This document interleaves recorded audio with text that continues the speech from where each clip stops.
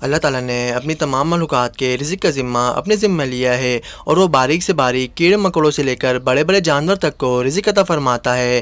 बेशक वो तमाम जहानों का पालने वाला है। दूसरों तहक़ीक़ात से पता चलता है कि दुनिया में एक ऐसी परिंदा भी मौजूद है जो मगरमच्छ के दांतों से अपना रिज़्क़ निकाल कर खाती है और मगरमच्छ उसको कुछ भी नहीं करता, बल्कि मगरमच्छ को इससे आराम मिलता है। दोस्तों, आज हम आपको ऐसे ही उस परिंदे के बारे में बताएंगे कि जो मगरमच्छ के मुँह से अपना रिज़्क़ निकाल कर खाती है और मगरमच्छ उसको कुछ भी नहीं करता।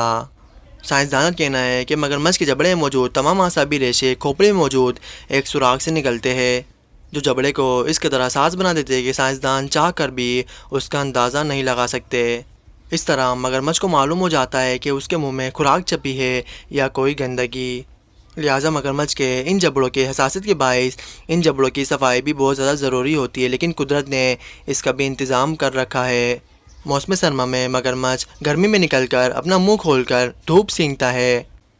अगर पानी के अंदर उसका मुंह खुला रह जाए तो जूं चिपक जाती है और खून चूसती रहती है। इस तरह मगरमच्छ के दांतों में कभी कभी गोश्त चिपक जाता है। चूँकि मगरमच्छ की ज़बान नहीं होती, लिहाजा वो गोश्त के टुकड़ों को नहीं निकाल पाता अपने मुंह से।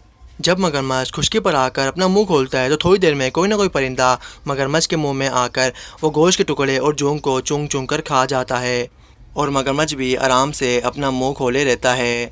निज़ाम कुदरत देखिए कि ताकतवर होने के बावजूद मगरमच्छ उन पन्नों को नहीं निगलता, बल्कि सफाई करने के बावजूद मगरमच्छ उन परिंदों को वापस जाने का मौका भी फराहम करता है। इस तरह मगरमच्छ के दांतों की सफाई भी हो जाती है और वो परिंदे अपना रिज़्क़ भी बआसानी पा लेते हैं।